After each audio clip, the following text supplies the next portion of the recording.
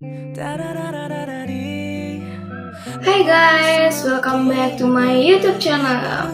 Pada video kali ini akan berisi konten tugas mata kuliah pemahaman lintas budaya. Sebelum itu, saya izin memperkenalkan diri terlebih dahulu. Perkenalkan, nama saya Kusnul Nur Latifah, biasa dipanggil Kusnul.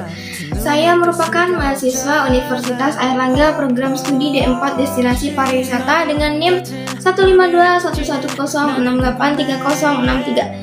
Nah, setelah mengenal saya, akan lebih baik jika kalian mengenal tokoh utama dari konten yang saya buat ini. Apakah kalian mengenal Gerard Hendrik Hofstede? Bisa dilihat di sini ya.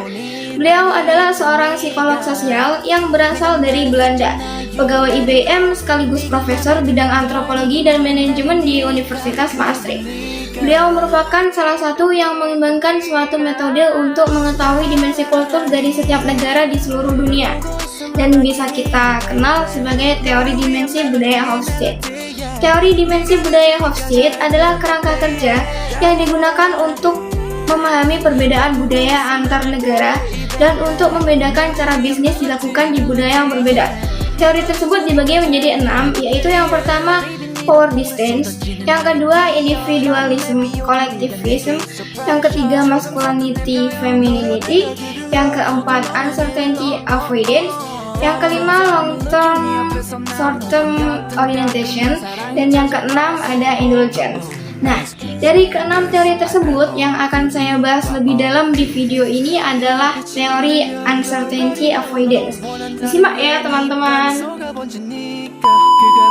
Oke, di sini saya menemukan kutipan dari Hofstede yang bisa kalian baca sendiri ya di gambar ini. Jadi, uncertainty avoidance adalah salah satu dimensi dari Hofstede mengenai bagaimana budaya nasional berkaitan dengan ketidakpastian dan ambiguitas. Kemudian, bagaimana mereka beradaptasi terhadap perubahan yang terjadi. Uncertainty avoidance dibagi menjadi dua, yaitu high atau strong uncertainty avoidance dan low atau weak uncertainty avoidance. Untuk mengetahui lebih dalam perbedaannya, kalian bisa lihat dan baca sendiri di tabel yang saya tunjukkan ini ya.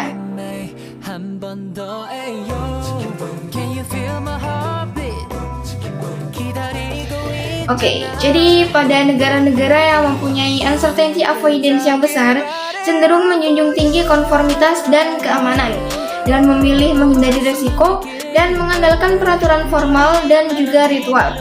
Kepercayaan hanyalah diberikan kepada keluarga dan teman yang terdekat. Akan sulit bagi seorang negosiator dari luar untuk menjalin hubungan dan memperoleh kepercayaan dari mereka. Sedangkan pada negara dengan uncertainty avoidance yang rendah, mereka memiliki toleransi yang lebih tinggi untuk menghadapi ketidakpastian. Mereka cenderung lebih bisa menerima risiko dan dapat memecahkan masalah, di mana memiliki struktur organisasi yang flat dan memiliki toleransi terhadap ambiguitas. Bagi orang dari masyarakat luar atau yang berbeda, mereka akan lebih mudah untuk menjalin hubungan dan memperoleh kepercayaan terhadap masyarakat luar yang baru tersebut. Untuk contoh nyata, kita ambil negara Cina, Jepang, dan US. Perbedaannya bisa kalian lihat dan baca di tabel ini ya.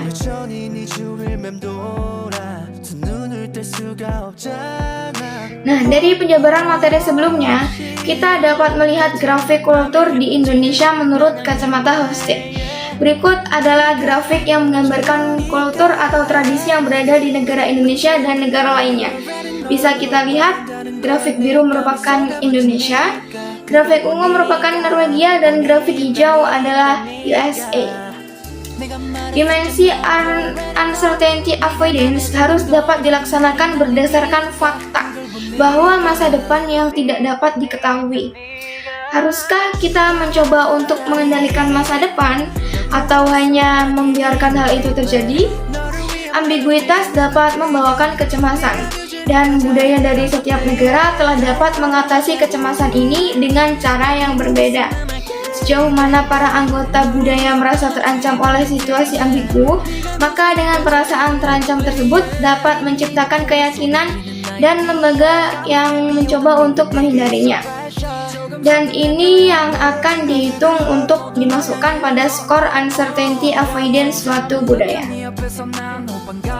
Bisa kita lihat, Indonesia mendapatkan indeks paling tinggi di dimensi power distance, yaitu 78. Ini berarti bahwa Indonesia mempunyai budaya yang sangat bergantung kepada hierarki. Ketidaksetaraan hak antara pemegang kekuasaan dan rakyat biasa, pemimpin bersifat direktif, berkuasa penuh dan mengontrol segalanya, haus akan hormat. Hal ini juga berlaku seperti gambaran di dunia pendidikan. Guru tahu segalanya dan murid hanya diam menerima. Sedangkan jika dilihat dari dimensi uncertainty avoidance, nilai 48 dianggap sebagai preferensi yang rendah untuk menghindari ketidakpastian. Bisa dikatakan bahwa kultur Indonesia memendam atau tidak menunjukkan segala perasaan, terlebih perasaan amarah dan kekesalan. Contohnya dapat dilihat di adat Jawa yang selama ini melekat. Mereka selalu memendam segala amarah yang ada. Mungkin hal ini bertujuan untuk mengurangi perselisihan, terutama di dunia kerja ya. Aspek lain yang tercermin dari dimensi ini adalah bisa dilihat dari cara menyelesaikan konflik. Komunikasi langsung menjadi satu cara yang mengancam atau tidak nyaman bagi masyarakat. Cara yang lebih mengena adalah dengan menggunakan perantara atau orang ketiga dalam penyelesaian masalah. Oke guys, mungkin segitu dulu yang bisa saya sampaikan dalam video ini. Mohon maaf jika masih ada kurang atau kesalahan dalam penyampaian materi. Semoga bermanfaat. Thank you for watching and see you.